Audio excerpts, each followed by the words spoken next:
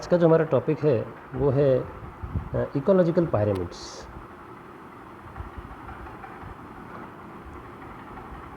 Ecological pyramids उनको एल्टोनियन pyramids भी कहकर बताते हैं, क्योंकि चार्ल्स एल्टन जो थे उन्होंने सबसे पहले इकोलॉजिकल पायरामिड्स के बारे में बताया था, इसलिए इनको एल्टोनियन पायरामिड्स भी कहकर बताते हैं। इकोलॉजिकल पायरामिड्स क्या है? इकोलॉजिकल पायरामिड जो है वो किसी भी पारितंत्र के अंदर, इकोसिस्टम के अंदर जो विभिन्न ट्रॉफिक लेवल्स होते हैं, उन ट्रॉफिक लेवल्स को डायग्रामेटिक फॉर्म में बताते हैं। उनका डायग्रामेटिक रिप्रेजेंटेशन जो है वो पायरामिड्स कहलाता है, इकोलॉजिकल पायरामिड्स कहलाता है। अभी जो डायग्रामेटिक रिप्रेजेंटेशन इनका है, ये 3 तरह के पायरामिड्स हो सकते हैं। एक तो है पायरामिड्स ऑफ नंबर, संख्या के स्तूप, पायरामिड्स ऑफ नंबर। दूसरे हैं द्रव्यमान, बायोमास, जैव द्रव्यमान के स्तूप, माना पायरामिड्स ऑफ बायोमास। और तीसरा जो है वो है ऊर्जा के स्तूप, यानी पायरामिड्स ऑफ एनर्जी। अब देखिए, पहला जो पायरामिड्स ऑफ नंबर है, इस पायरामिड्स ऑफ नंबर में क्योंकि डिफरेंट ट्रॉफिक लेवल को बताया जाता है, तो इनको सबसे नीचे जो बताते हैं हम, वो बताते हैं प्रोड्यूसर्स को, क्योंकि वो एनर्जी ट्रैप करते हैं सन से पूरे फूड चेन के लिए। प्रोड्यूसर्स के ऊपर आते हैं प्राइमरी कंज्यूमर्स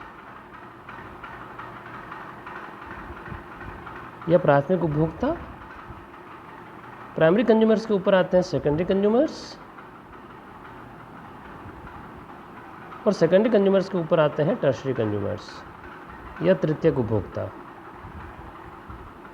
यानी किसी भी पारितंत्र में प्रोड्यूसर्स की संख्या सबसे ज़्यादा होती है, उत्पादकों की संख्या सबसे ज़्यादा होती है, उनको हम सबसे नीचे रखते हैं। उनकी तुलना में प्राइमरी कंज्यूमर या प्राथमिक उपभोक्ता, उनकी संख्या कम होती है। द्वितीयक उपभोक्ता की संख्या और भी कम, और तृतीयक उपभोक्ता की संख्या सबसे कम होती है। तो इस तरह के पायरामिड्स हमको नज़र आते हैं, सीधे पायरामिड्स हमको बनते हुए नज़र आते हैं, जिसमें सबसे नीचे प्रोड्यूसर, सबसे ऊपर टर्शरी कंज्यूमर्स होते हैं। इनको हम ट्रायंगल फॉर्म के अंदर भी बता सकते हैं, इस तरह भी हम शो कर सकते हैं। तो जो पायरामिड ऑफ नंबर है वो सीधे होते हैं, लेकिन हमेशा ही पायरामिड्स और नंबर जो हैं, या नंबर के स्तूप हैं, संख्या के स्तूप हैं, पारितंत्र में सीधे नहीं होते हैं, उल्टे भी हो सकते हैं। उल्टे जो होते हैं वो उस स्थिति में होंगे जब प्रोड्यूसर्स की संख्या सबसे कम होगी, प्राइमरी कंज्यूमर की संख्या उनसे ज़्यादा, सेकेंडरी कंज्यूमर्स की संख्या उनसे ज़्यादा, और जो तृतीयक उपभोक्ता है, टर्शरी कंज्यूमर्स हैं, उनकी संख्या सबसे ज़्यादा होगी। तो सबसे नीचे उत्पादक है, उनके ऊपर प्राथमिक उपभोक्ता, फिर उनके ऊपर द्वितीयक उपभोक्ता, और सबसे ऊपर तृतीयक उपभोक्ता। अब ये हमको कहाँ देखने को मिलेगा? पायरामिड्स ऑफ नंबर हमको देखने को मिलेगा किसी पेड़ का अगर पारितंत्र है, तो वृक्ष पारितंत्र है, ट्री इकोसिस्टम है, उसके अंदर हम देखेंगे कि उत्पादक तो केवल अकेला पेड़ है, उसके ऊपर जो प्राइमरी कंज्यूमर्स हैं उनकी संख्या उस पेड़ की तुलना में निश्चित रूप से ज़्यादा ही होगी, और जो उसके उन जीवों के ऊपर जो दूसरे जो डिपेंडेंट है, जैसे बर्ड्स हैं, तो पक्षी जो हैं उनकी संख्या उनसे ज़्यादा होगी, है ना। और उनके ऊपर जो है जो थर्ड जो उपभोक्ता होंगे, तृतीय कंज्यूमर, उनकी संख्या उनसे ज़्यादा होगी। तो इस तरह जो ट्री पायरामिड है, ट्री इकोसिस्टम का जो पायरामिड है वो नंबर है, वो इन्वर्ट होएगा, हमेशा उल्टा होएगा, इन्वर्टेड बोलते हैं उनको, ठीक है। फिर दूसरा देखिए, पायरामिड्स ऑफ बायोमास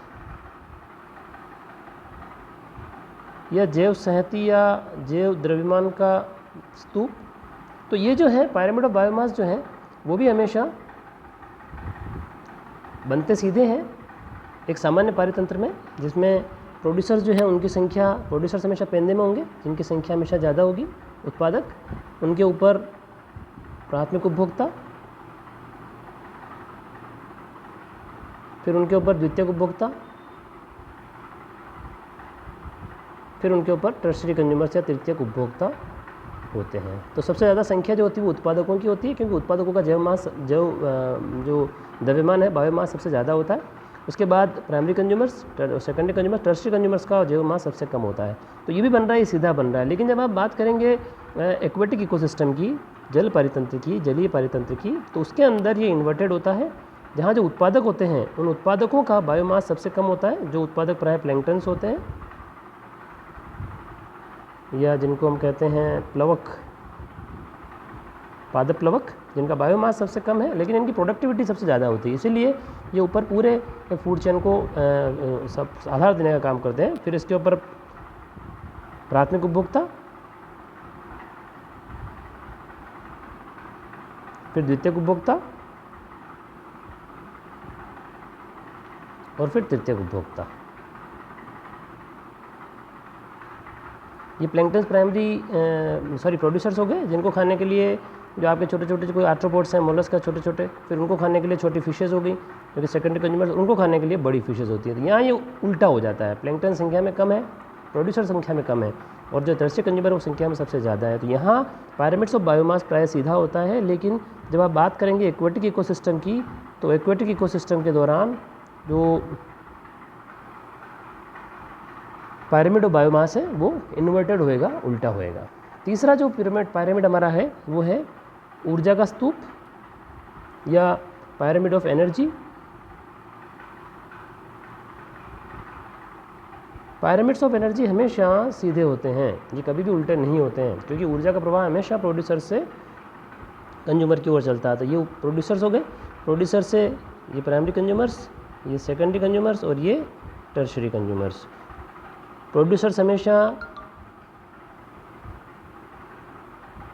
एनर्जी को सन की एनर्जी को ट्रैप करेंगे और यहाँ से ये प्राइमरी कंज्यूमर्स को देंगे, प्राथमिक उपभोक्ता को देंगे, फिर ये द्वितीयक उपभोक्ता और ये फिर तृतीयक उपभोक्ता तक एनर्जी ट्रांसफ़र होती है। एनर्जी का जो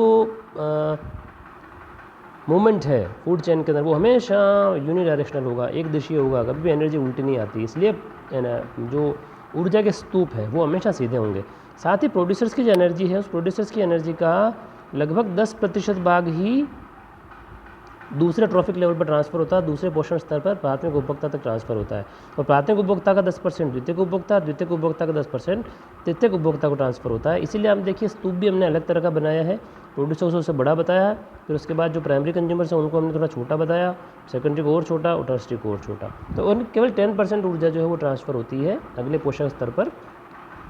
और ये जो ऊर्जा के स्तूप होते हैं, ये ऊर्जा के जो पायरामिड्स हैं, पायरामिड्स ऑफ एनर्जी हैं, ये हमेशा सीधे होंगे, हमेशा सीधे होंगे। इनके अंदर किसी भी तरह का इन्वर्ट होने का चांस नहीं है। हम शुरुआत के जो दोनों पायरामिड्स ऑफ नंबर और पायरामिड्स ऑफ बायोमास हमने देखे थे, उनमें इन्वर्टेड पायरामिड के एग्जाम्पल भी थे, लेकिन ऊर्जा का स्तूप जो होगा वो हमेशा सीधा ही होगा, ये उल्टे नहीं होते हैं।